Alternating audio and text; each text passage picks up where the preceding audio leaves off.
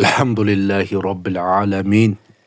Ve salatu ve selamu ala seyyidil mursalin. Bütkül alamlar jaratkan Allah subhanahu wa ta'alaga çeksiz maqtolor jana Peygamber sallallahu aleyhi ve sellem'e salamlar jana salavatlar bolsun.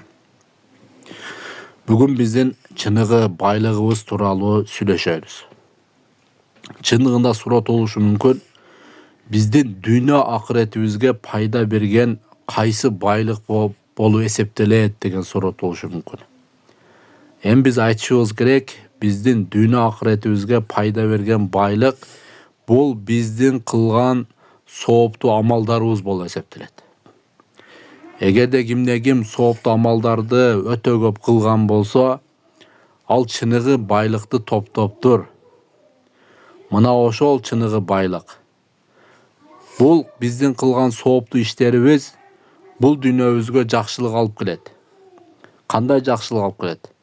Биз канчалык бир соопtu иштерди кылган сайын, канчалык бир жакшы иштерди кылган сайын, Аллах субхану ва таала өзүнүн берекесин берет. Биринчиден Аллах субхану ва таала берекесин бизге жаадырат. Экинчиден ырыскыбызды кең кылат. Үчүнчүдөн Allah subhanahu wa ta'ala kılgan jakşılıklarыбызды 10 esedен 700 есе kılıp kaytarıp beret. Бирок bir şart болуш керек, биздин бардыгыбыз мына ошол жакшы иштерди чын ыкылас менен кылышыбыз керек. Эч кандай эл көрсүн деген нерсе болбош керек. Эч кандай бирөө мактасын деген нерсе болбош керек.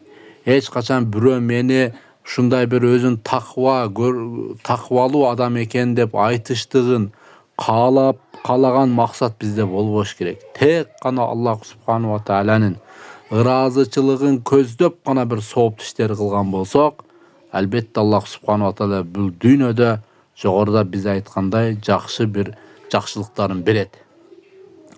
Эми биздин кылган сооптуу амалдарыбыз акыретибиз үчүн кандай пайда алып келиши мүмкүн деген суроо болушу мүмкүн.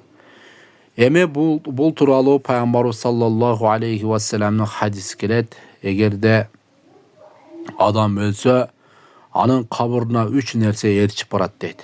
Булар 3 нерсе анын бала чакасы, мал дүйнөсү жана кылган амалдары деди.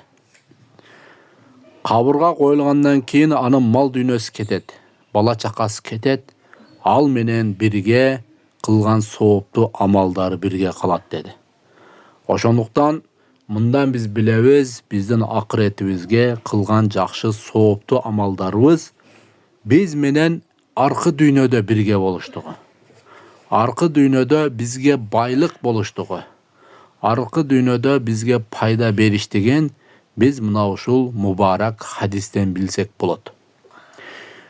Бул дүйнөдө биздин мал дүйнөбүз, бир туугандарыбыз жана башка нерселер бул дүйнөдөгү нерселер. Бизге бул дүйнөдө гана пайдасын бериши мүмкүн. Бирок акыретте пайдасын бере албайт. Себеби Аллах субхану ва таала өз аятында айтат: "Яума яфиррул мар'у мин ахи ва уммихи ва абих ва сахибатихи ва бани." Кыямат күнү болгондо бир туугандан качат, ага инисинен качат, эр аялынан качат, аял күйөөсүнөн качат, ата балдарынан качат, балдары атасынан качат. Ушундай бири-бири менен ар ким өзү ойлоп калат дейт. Демек, кыямат күнү бизге эч кандай нерсе жардам бере албайт. Бир гана бул дүйнөдө кылган сооптуу амалдарыбыз, бул дүйнөдө кылган жакшы амалдарыбыз гана акыретте бизге пайдасын берет. Ошол күнү бизге байлык чыныгы байлыгыбыз болуп эсептелет. Бул чыны сооптуу амалдар, жакшы иштер, жакшы амалдарыбыз, булар биздин чыныгы байлыгыбыз болуп эсептелет. Эгерде кимде-ким мен бай болгум келет, мен 2 дүйнө бай болгум келет деген болсо, анда мына ошол жакшы сооптуу амалдарды, жакшы амалдарды, намаз, орозо, зекет, хаж, умра, садака, зикир амалдарын толтура бериш керек. Эми биз бул дүйнөдө канчалык тырышпайлы, канчалык мал дүйнөлөрдү топтобойлу, канчалык үй-жайларды салбайлы, канчалык мал жандыктарды көбөйтүрбөйлү, канчалык эгин зар, бак-дарактарды көбөйтүрбөйлү, бул дүйнөдө калуучу нерсе да. Ал эми биздин кылган зикирибиз, окуган намазыбыз, туткан орозобуз, кылган Алла үчүн кылган хаж, умра ибадаттарыбыз, булар биз менен бул дүйнөдө бизге пайдасын берет. Бул дүйнөдө бизге жакшылыгын жеткирет.